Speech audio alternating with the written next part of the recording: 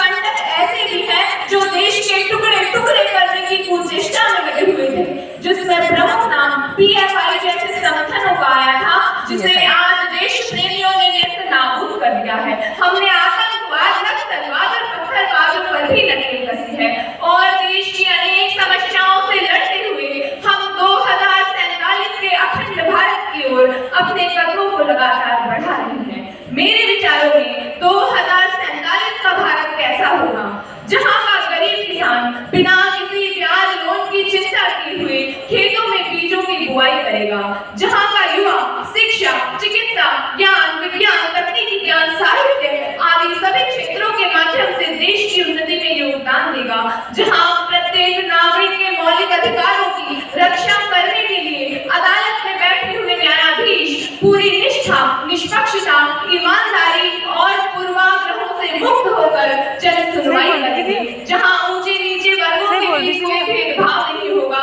जहां दीनहीन गरीब से गरीब लोग भी ये महसूस करेंगे कि ये देश उनका है और इसके निर्माण में उनकी आवाज का भी महत्व है। विभिन्न संप्रदायों के बीच में मेल जोल होगा, महिलाओं का हर क्षेत्र में सम्मान होगा, हर छात्र का भविष्य सुरक्षित होगा, प्रत्येक नागरिक सक्रिय होगा, हर गरीब निहाल होगा, हर परिवार खुशहाल होगा। मान्यवर, मेरे विचारों में 2047 ऐसा होगा।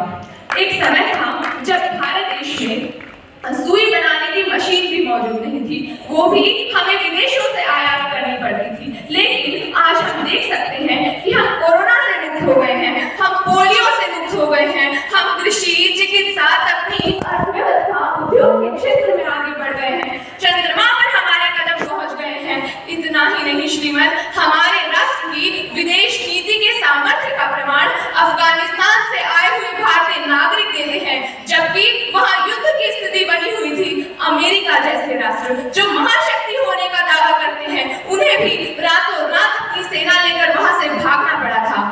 आज हमारे राष्ट्र का स्तर ऐसा है, हम ना तो किसी देश से आंखें उठाकर बात करते हैं और ना ही किसी देश से आंखें झुकाकर बात करते हैं, हम आंखों से आंखें मिलाकर बात करते हैं। हम कहते ही नहीं है वसुधैव कुटुंबकम, बल्कि इसके अनुकरण का प्रमाण है।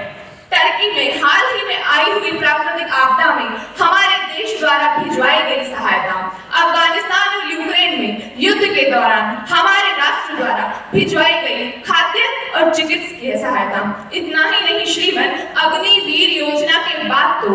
हमारे पास 2047 तक 22 लाख आर्मी से प्रशिक्षित युवाओं की फौज तैयार हो जाएगी और जब भी देश को जरूरत पड़ेगी, ये नौजवान अपना सर्वस्व बलिदान करने के लिए तत्पर रहेंगे। तब हम गर्व से कह सकेंगे, आज बंधा है कफन शीश पर, जिसको आना हुआ जाओ, चाओ माओ चीनी मीनी, जिसमें दम हो टकराओ।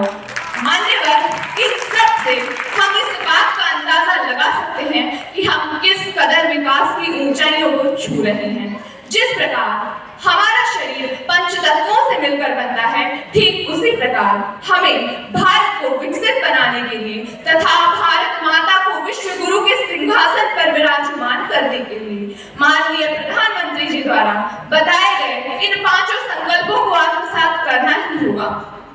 देश को विकसित भारत के रूप में आगे बढ़ाने का संकल्प, गुलामी की मानसिकता को खत्म करने का संकल्प, भारत की विरासत और संस्कृति पर गर्व करने का संकल्प, राष्ट्रीय एकता और एकजुटता का संकल्प, प्रत्येक नागरिक के कर्तव्य पालन का संकल्प। श्रीमन, जिस प्रकार बरगद की प्रत्येक शाखा उसकी जड़ बनकर उसे और अधिक विशाल बनाने में मदद करती है, ठीक उसी प्रकार हमें भी एकजुट होकर प्रत्येक स्तर पर पूरी ईमानदारी, मेहनत, लगन और पूर्ण निष्ठा के साथ प्रयास करना होगा, जिस दिन से हम सब मिलकर संकल्पित होकर देशभक्ति, राष्ट्रीय एकता, एकजुटता, सबका साथ, सबका विकास, सबका विश्वास आदि के भावों को दिल की गहराइयों से अपना लेंगे, उसी दिन से उभर रहा होगा हम सबके सामने 2047 का अखंड, अद्भुत, अद्वितीय, श्रेष्ठ, संपन्न और मजबूत भारत। महोदय, क्या ये कहना अतिशयोक्ति नहीं होगी कि मैं चाहती हूँ कि कोई नेक काम हो जाए, मेरी हर एक सांस देश के ही नाम हो जाए। मैं चाहती हूँ कि 2047 तक भारत विकसित विकसित हो जाए। जब सिर उठे तो तिरंगे को सलाम हो जाए, जब सिर झुके तो मातृभूमि